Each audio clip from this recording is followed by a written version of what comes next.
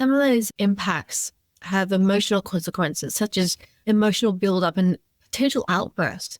Think about it this way. It's a bit like a volcano. Like if you keep suppressing those emotions all the time, what it does, it doesn't go away. It just keeps building up and building up and building up. And one person's just going to say one small thing like, oh, hey, how was your day? And then, have you ever been told that if you think positively, you can achieve anything?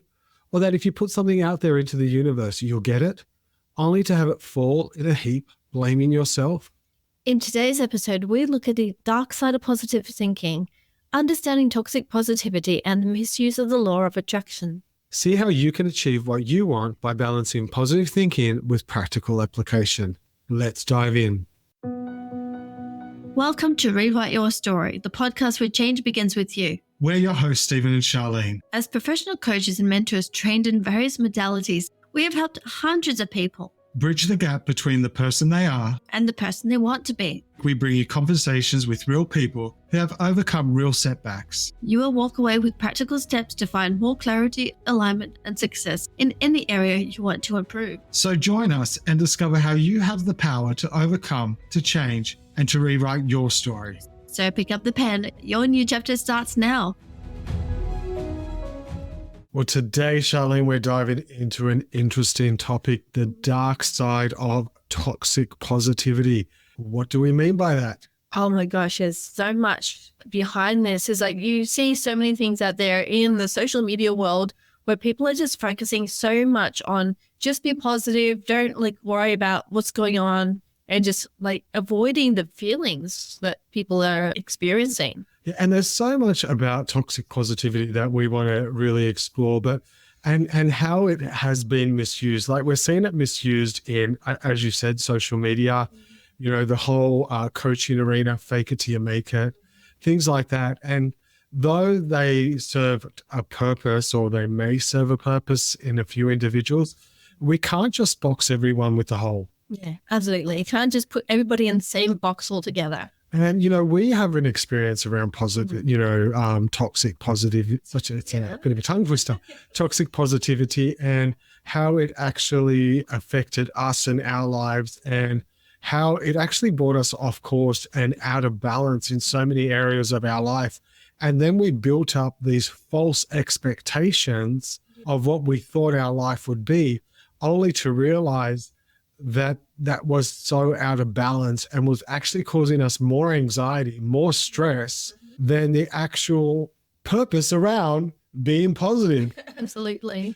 So it can actually be a bit of a vicious cycle. Yeah, it's almost counterintuitive, you're on one hand, it's good to be positive, but then when you take it, like you said, to the extremes, it really counteracts, the actual benefits of being positive.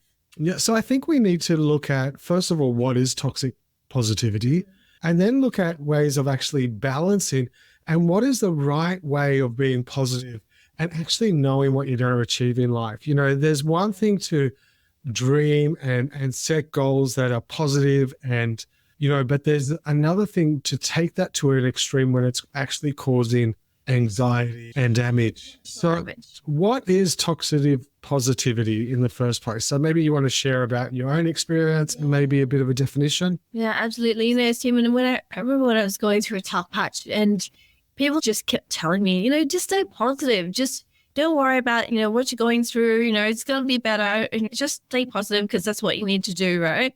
It just made me feel even worse. It made me feel like my feelings were invalid. I would try and express how I was feeling about something. And I was told, no, you shouldn't feel that way, because it's, you just need to be positive. You just need to think this way. You just need to do that, And it's it just made me feel like, am I even heard? Am I even a person? Yeah, that's so true. And I guess for me, I've used it in the context, and I'm going to say it, and this is going to cause a bit of, head turning and, you do eyes rolling, But at one stage, we were caught up in the whole law of attraction thing. Do you know what I mean? And we're not saying anything against the law of attraction. We're not saying that it's good or bad. And we're actually going to debunk it a bit later because there is value around our thought processes and thinking positive. And, we were so caught up with the law of attraction and goal cards and things like that. And we still have goal cards. We still have things like that. But it came to a point where it became toxic was when we were striving in our own strength and trying to create it in our own strength, not realizing that actually force negates. Oh my gosh, tell me about it. You know, when we force things to happen, it actually repels. You know, you look at a mother and a teenager, you know, when you say, don't do that. And yeah, they're actually going to do that. So that's when it becomes toxic, when it actually becomes more stress. When we look at toxic positivity, it's really over the overgeneralization of a happy, optimistic state that results in a denial, minimization, and validation of genuine human emotional experiences. And we've seen it so many times. Don't acknowledge your feelings, just, you know, pretend that everything's okay. Yeah. So for instance, we had to say goodbye to our fur baby a few days ago, and you know, things like, well, I hope you're not going to get another dog. That's not actually what I need to hear right now. Not exactly helping. That's not exactly helping. You know, she's been part of my life for 15 years, you know. She's been my shadow for 15 years. It was probably one of the hardest things I had to do. And then one of the comments was, well, you can grieve today, but make sure you're okay tomorrow. I'm like, again, that's not helping me. Yeah, that's not how grief works. Right? That's not how grief works. And again, it's that trying to help you not be in a place where you're not good. Or is it that people actually have a fear of not allowing people to be in a place that they're not good? You know, Stephen, I think you actually hit the spot there. And a lot of people come from a place of well-meaning, but is it really that they're actually just uncomfortable with those emotions? Seeing other people suffering like with those emotions, it's more about their discomfort rather than, you know, wanting someone to be better. Although it's, you know, it's not that it's like consciously they're uncomfortable or like are trying to express a discomfort. They're actually wanting to make you feel better, but they're not realizing that it's really actually about them. You know, Sharlene, that's a really good point. And I think if we look at why is it harmful when we do that to people is because by suppressing your true feelings, and it prevents dealing with the real issue at hand. So it can actually lead to feelings of shame, guilt, and isolation. Absolutely. And if you're not allowing someone to express their emotions or express who they are when it comes to their emotion and just tell them to be positive, it's actually quite damaging because it's not validating who they are. And we're not talking about, yes, if someone's in that victim state where they just rehash the same thing over and over again, and they're not actually willing to do the work to get over that, then there's a place where you need to protect yourself and set boundaries. Yeah. But we're talking about genuine response. In that genuine moment of grief, when you're initially feeling that moment and feeling those emotions, just being shut down and told to feel the opposite way is not going to help them, because you're just making them feel like as though their feelings don't matter, as though, what they're feeling is not valid, that they're not going to be able to get through this if they don't stop now. But I think too, I love what Romans 12:15 says. It says, rejoice with those who rejoice and mourn with those who mourn. So I think, the Apostle Paul is actually saying, listen to those that are happy, listen to those that are praising God, but also listen to those that are just having a bit of a hard time right now and they're mourning over something and they're not rejoicing. And, like mourning doesn't have to be death. It can be a loss of a goal. It can be absolutely, you're just having a crappy day and you just want to get it off your chest, take time to listen. But also we're talking about a third person not validating your emotions, but are you doing that to yourself? And that's what toxic positivity is about. It's when you're being that third person to yourself and suppressing what's going on. Yeah. And sometimes it can also be done out of fear of what other people will think of you. You know what I mean? You're just pretending that everything's okay because you're worried about what other people will say and worried that people invalidate feelings. So you're kind of beating them to the process, trying to hide how you feel. Yeah. And again, I think I've quoted this before, but I love when the centurion spoke to Jesus and said, I believe, but help me with my unbelief. Yeah. So you actually can be positive and have moments of unpositivity and say, God, I trust in you, but help me with my lack of trust. Let's be real, right? Let's be real. I think recognize the difference between a healthy positivity and a toxic positivity, and understand that it's okay sometimes not to be okay. Be real, be who you are. If I'm feeling really sad and down, it doesn't mean I have to stay there. It doesn't mean just because I express how I'm feeling that I'm going to stay down there the rest of my life. But it's not the case. right? It's I'm just wanting to have a safe space to express how I'm feeling in the moment and sort of just have a sounding board so I can hear my own thoughts, process, and be able to move forward through that. You know, I love what Susan David said. She said, discomfort is the price of admission to a meaningful life. You know, we've got to get uncomfortable sometimes to be comfortable. One of my friends, when I was going through a tough time at the beginning of the year, said, God turns our messes into messages. And I thought that was so good. So, you know, like Susan David said, discomfort is the price of admission to a meaningful life. It's turned out that research from the University of California, Berkeley, found that suppressing emotions can actually lead to increased stress and negative mental outcomes. Again, it's that cycle I was talking about. You know, like we're trying to be positive, we're forcing things to happen, it negates, you know, and we're not in touch with reality. And I think you spoke about it once, Sharlene, before in another podcast that, you know, it's like a GPS. You can't go from here to where you want to go if you're projecting that you're something else. Oh, yeah. And I think that's really important. So, Sharlene, what are some of the impacts of suppressing our emotions? You know, some of those impacts have emotional consequences, such as emotional buildup and potential outbursts. Think about it this way. It's a bit like a volcano. Like if you keep suppressing those emotions all the time, if it doesn't go away, it just keeps building up and building up and building up. And the one person's just going to say one small thing like, oh, hey, how was your day? And then bam, that just overflows and all this emotional vomit comes out on them and they get affected and you get affected and everybody gets affected around you, you know what I mean? Yeah. It can contribute to anxiety, depression, and other mental health issues. Yeah. And again, it's about us suppressing our own emotions, you know, not being in check with, hey, it just is. You know, I have good days, I have bad days. It just is. Let's not bring interpretation to them. Not putting meaning to your feelings. And I think that's really important.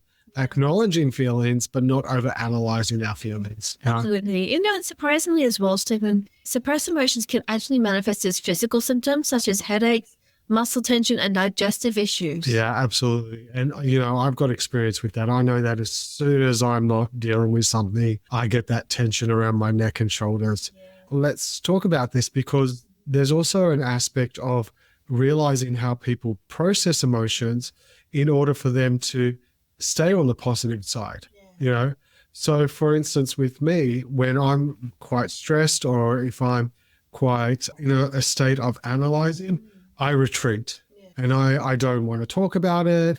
I need time to process, which is a very masculine energy type of thing. You know, like men need that space in their cave to retreat, to process and not talk about it, but then actually come out on the other side.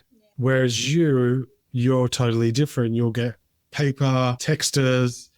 Well, I want to talk about it. Pencils, you'll color it or you do want to talk about it, which is quite good as well. So it's also respecting how people process in order to have that self-love, have that awareness, and then come out of that toxic positivity into a place of real positivity. Yeah, absolutely. And that doesn't mean just because someone usually wants to go into a cave and retreat to process things that they're always going to be that way. Sometimes there'll be times where they need to have someone to talk to, a safe space to express what's going on, or even just process what's going on in their head, not necessarily for the person to talk to them. Do you know what I mean? Yeah. Like just have questions just to show what's that about for you, what's going on, and then just to be able to process that. So check in. You know, Sharlene, I just had a thought. If there's such a thing as toxic positivity, then there has to be a thing of toxic negativity. Yeah, and staying in that negative space to the detriment of moving forward. That's a good point. So, you know, obviously I've just sprung that onto you, but, you know, in your practice and in your modalities and as a counselor, like, have you dealt with both ends of the spectrum with people you've helped? Absolutely. I mean, this is about like coming back to reality, you know, just challenging what is actually going on there. You know, I guess is like if you're looking at the positive side of things and just checking in to see, okay, what is this actually about? Is there something that needs to be addressed? You know, let's give you some time to actually figure out why is this, like, what is a need for you to feel this way, like to be positive right now, here and there, when you're already dealing with something? You know, is there something you need to deal with first? And then on the other side, the negativity side of things, thinking about how are you identifying with those emotions? what is the process going on here? Are you actually just feeling the emotions? Or are you actually taking them on as a persona? Are you getting attached to that feeling? Say, for example, when you think of, like you have a feeling of sadness or a feeling of anger, perhaps, right? And you hear it so many times where people say, I'm such an angry person.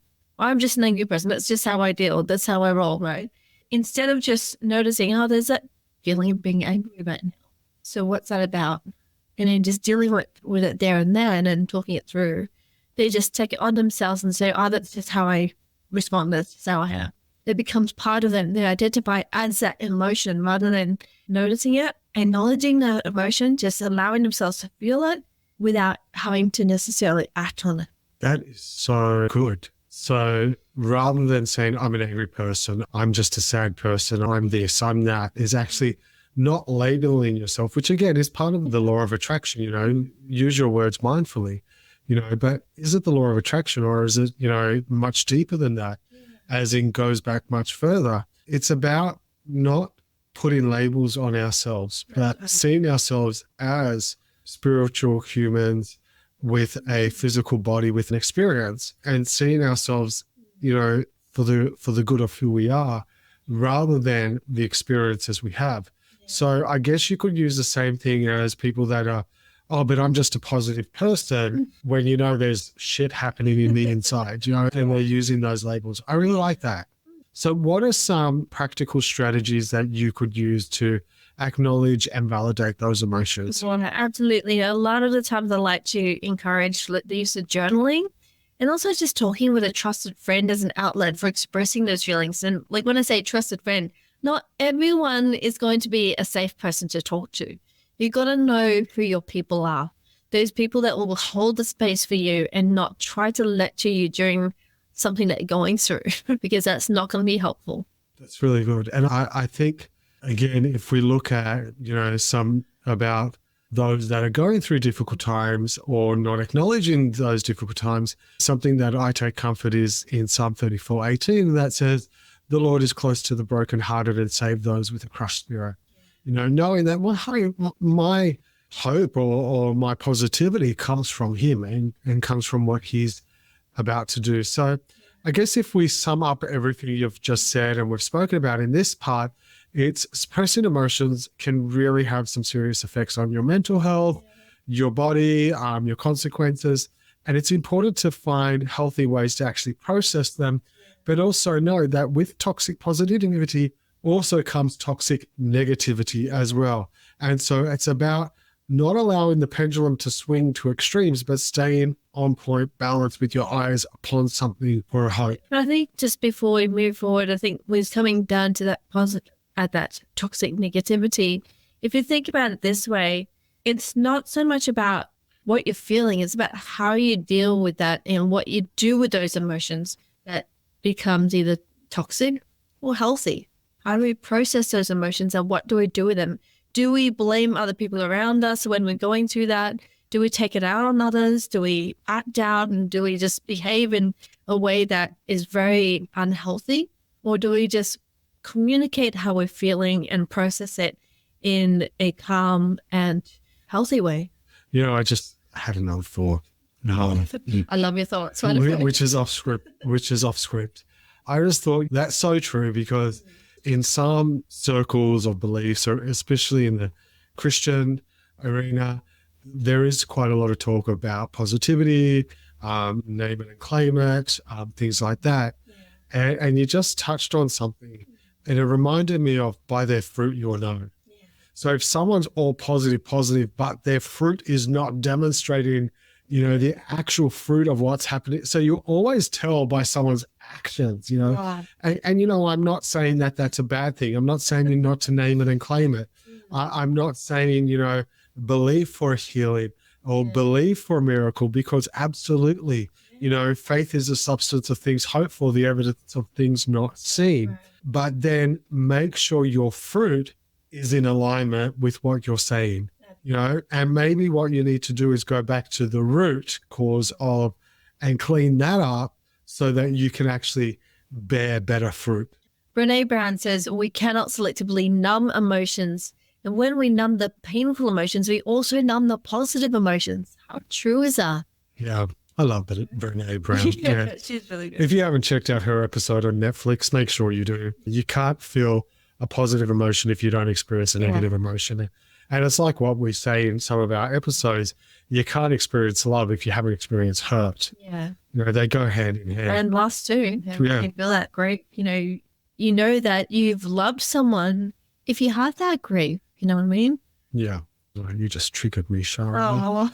Oh, So let's talk about the misuse of the law of attraction and understanding the law of attraction. Do we believe in the law of attraction? Yeah, we do. We believe in the principles of the law of attraction, but we believe that actually came from, it's a lot of it is actually spoken about in the Bible. And it's that biblical application that we refer to rather than naming it, packaging it and selling it as a course. Do you know what I mean? Like, we're not criticizing that. Please don't get us wrong. But let's go back to the basics. So the law of attraction suggests that a positive and negative thoughts bring positive and negative experience into our life, which is absolutely true.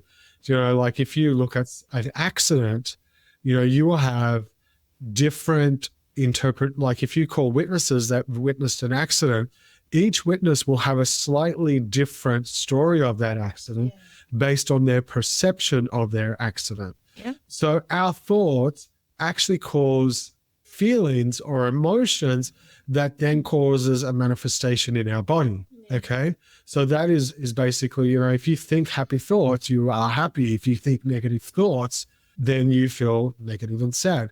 So there's absolutely no misinformation with that. Yeah. While positive thinking can be beneficial, the law of attraction can be misused to ignore the real problem and suppress the negative emotions. And that's when it becomes dangerous. Yeah. It's when people aren't acknowledging actually what is happening and ignoring, your family's falling apart, your finances are falling apart, and, you've just invested in bought a new, I don't know, Porsche, Lamborghini or something because you've manifested and claimed it. And I remember really back when I was getting into the law of attraction and studying it, I was with this lady and it was back in my nursing days. She was a registered nurse working in the aged care facility that I was an educator at. She was talking about her new car and she had a modeling business and she was a model. And I just remember a glimpse of it. I actually don't remember fully. But I remember she's going, oh yeah, I'm a real believer in the law of attraction, and showing me her brand new car. And then to find out that she was, had a loan and couldn't make the repayments. So she manifested it. Manifested debt.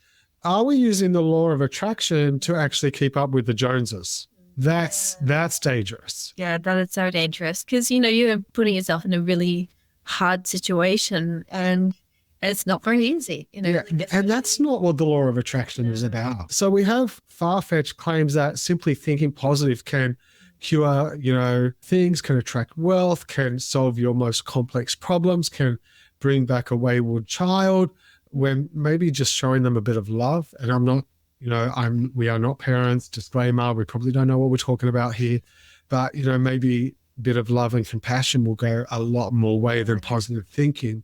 And so these claims often lead to a self-blame when individuals can't achieve these outcomes. Yeah. Okay. And they're constantly striving to make it look as though they're attracting all these good things and they're doing all the right stuff and putting themselves in debt and hardship. And then there's a psychological aspect of I'm not good enough because I'm using all these principles. I'm doing what the law of attraction tells me to do. I don't have enough faith. I don't have enough faith. And I'm putting it out there. I'm visualizing. I'm doing my dream boards. I'm doing everything that I'm required to do that the book says or the video says or the DVD says. And I'm thinking positive. Maybe I'm not thinking positive enough. So we invest in the next course. We invest in the next retreat. We become hermits and join a 24/7 day a week yoga retreat, thinking I need to do more and more and more. And again, that's not what it is. What you actually need to do is acknowledge what's happening at a more deeper level that is actually causing this from not being fulfilled in your life, and then bringing balance back to it. Yeah, I believe it. And that's where I honestly believe that seeking therapy can also help in those areas where you can really find that balance and find out, well, what is this from, like, it creates a safe space for you to really dig deep and find out what's actually going on here and work with some strategies to help you find a more balanced approach. Yeah, absolutely. And I think, Sharlene, with that, if you're going to, there's so many therapies you can do. I always say the wrong word, cognitive behavioral therapy. Yes, CBT. I get it confused with CBD. So I'm just saying sometimes I get it confused with no judgment. So balance positive thinking with realistic actions and addressing underlying issues is the key to being positive thinking without its toxicity. Yeah. So understand that positivity should complement, not replace, practical solutions. Yeah. And, I think it also comes down to, that comparison heights as well. When you're stuck in that situation where you feel like you're constantly having to compete with someone else because someone else has got the next best thing, right?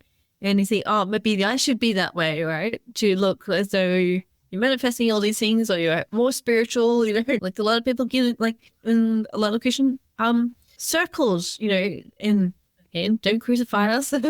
There's just certain beliefs that, kind of go out of skew a little bit, where you feel like the more material wealth you look like you have, the more spiritual you are, because you have to name it and claim it and believe for these things. But when we're putting ourselves in debt, it doesn't do anything for you physically or spiritually. You know what? Let's just be honest. Jesus never promised anything except his peace. Yeah.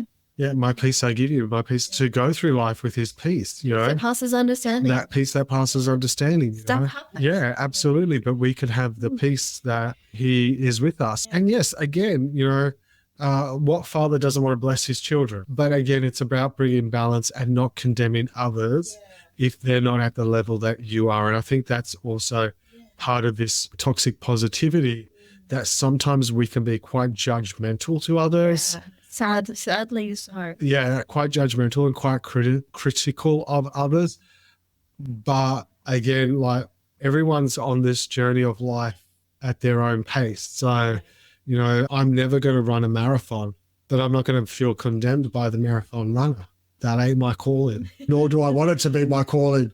But I think if we're bringing balance back into the law of attraction, I think we need to realize, what Proverbs says in Proverbs 16:3 says, commit to the Lord whatever you do, and he will establish your plans. You know what I mean? And it's realizing that we can have goals, we can have areas of life that we want to achieve more, but as we commit those areas to him, he's actually going to establish them. Yeah. Do you know what I mean? And sometimes the establishing of those plans are not what we committed to him. But, I think, if I remember correctly yesterday in the sermon, one of the points that I wrote down that really spoke to me is, on the other side of the journey, whatever we're going through in life, we're actually going to be thanking him for more of the doors closed than the doors open, realizing that those closed doors weren't there for us anyway. Yeah. And we're actually going to cause more stress for us in the long term. So we need to be grateful for that and grateful for the closed doors. So what are some of our takeaways, Stephen? I think the takeaway from this one is,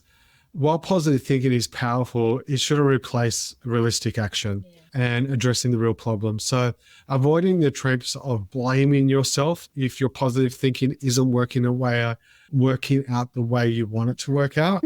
Stop blaming other people as well. Not everyone's at the same journey as you, like, we're all at very different journeys, and we can think, we're in a good place right now and someone else is not in a good place. It doesn't mean that they're less spiritual or less positive. It's just that they're going through something at the moment. We're all going through different journeys at the moment, so we're not here to compare with each other. So I think, Sharlene, looking at that, let's look at some tools on how we can actually balance positivity and authenticity. Yeah. So let's look at some common phrases like, just stay positive. It could be worse. These can really validate the real feelings, right? It just makes you feel, oh, really? It's like, do my feelings not count? Yeah. But are you saying this to yourself again? So, and signs of this include, like, ignoring the problems, shaming others for expressing negativity, or shaming yourself for feeling that way, And for instance, if we ignore the problem, it's only going to get worse. It's going back to, if we're believing for finances and believing for putting a positivity around for finances, but yet we don't have a budget, or we don't make steps to invest, or we don't have a side hustle, or we're not doing things. That money the stork isn't going to bring the money. You know? Yeah. They usually bring babies. Yeah. So Like they say money doesn't grow on trees. money doesn't grow on trees. What are some practical strategies, Sharlene? Oh my gosh. So things like allowing yourself to, and outlets as well, to express a full range of emotions. Don't try to hide them. Don't try to pretend that they don't exist. And using positive thinking to actually complement, not replace genuine emotional expression. So, it could be as simple as this, if I'm feeling sad, I could be feeling, like there's a sad moment right now. Like I'm going through something pretty crappy, It's probably not the most ideal situation, but I'm going to be okay. With the support around me, I'm going to find the tools that I need. And that's really what positive thinking is about, isn't it? It's finding the resources. Yeah. And being open to seeing not just the situation, but seeing the solutions around you that are available to you in the moment. That doesn't mean that you're just, ignoring what's happening. You're not going to ignore the feelings that you have, but just recognizing that, addressing that, and knowing that, okay, this is just a moment. I'm having a feeling of sadness right now, but I'm going to get through this. You're a bit of an old soul, and random facts. You know that song, For Every Turn? Yeah. What song is that? I think it's, I have no idea what. Well, we know that that's taken from Ecclesiastes 3 verse 1 that says there is a time for everything and a season for every activity under heaven. And so we need to realize that sometimes when we're negative, sometimes when we're positive, there are seasons in life that will cause growth. There are seasons in life that will cause us pain. There are seasons in life that will cause us hardship. There are seasons in life that will cause us great joy and happiness. Realizing the season you're in and embracing the season you're in, important, and not placing meaning to those seasons, but allowing the season or allowing whatever you put your faith in to teach you the lessons through that season. Absolutely. Stephen, there's one tool that I created many years ago called the Life Map, and it looked at the different seasons that we can go in life. We have seasons of sunshine, like your things of happiness, excitement, all the really happy feelings. Then you look at the moments of, rain, moments of rainbows, and moments of pain, and you've got all these different moments in our lives, all these seasons, and sometimes they interlap, and having that broad view, seeing that in front of you helps you to see that, sometimes, I might have gone through a moment of grief, an unexpected source of comfort came in, and I found a new beautiful relationship, a new beautiful friendship, right? Yeah, that's experience all these amazing emotions through that grief. Yeah, so we can see that it's not always just all bad, and it's not always just all good, but sometimes you have a lovely, beautiful mix of emotions that come in different seasons. And so it's really strive for emotional honesty by acknowledging the positive and the negative. And I love what I know you quote Carl Jung a lot, and I know he's been a big part of your studies. And Carl Jung said, "I'd rather be whole than good." I love that. And I think being whole rather than good means embracing everything. Yeah. The good, the bad, the ugly, and the beautiful. Yeah. So some practical tools, Sharlene, you mentioned journaling before. What are some other practical tools? I always like to bring mindfulness into it. So you're actually becoming aware of your emotions without putting meaning to it or judging what's happening in the moment. Things like cognitive behavioral therapy, where you use that awareness to look at how you're behaving during those times.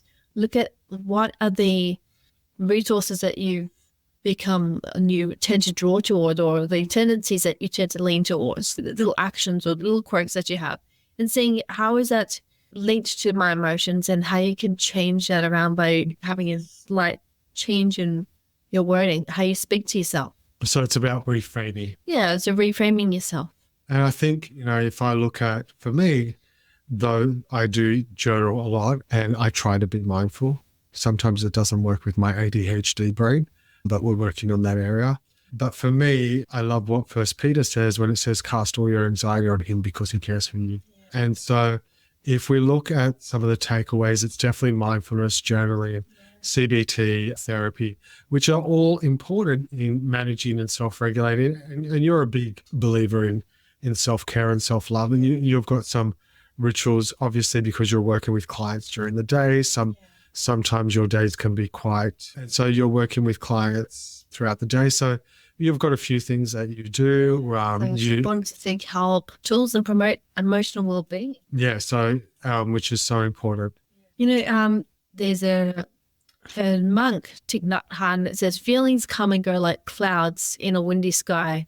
Conscious breathing is my anchor. And that's one of the things I love working with clients around, is helping them to see that our emotions are transient. They're not necessarily, it's when we put meaning to something and judgments on it, it sucks our energy and takes away our joy. But it's when we just acknowledge it and just let it go. Just let it be. Just allow ourselves to feel that sadness, allow ourselves to feel those feelings in the moment, but not put meaning to it. Helps it to move through. That's so good.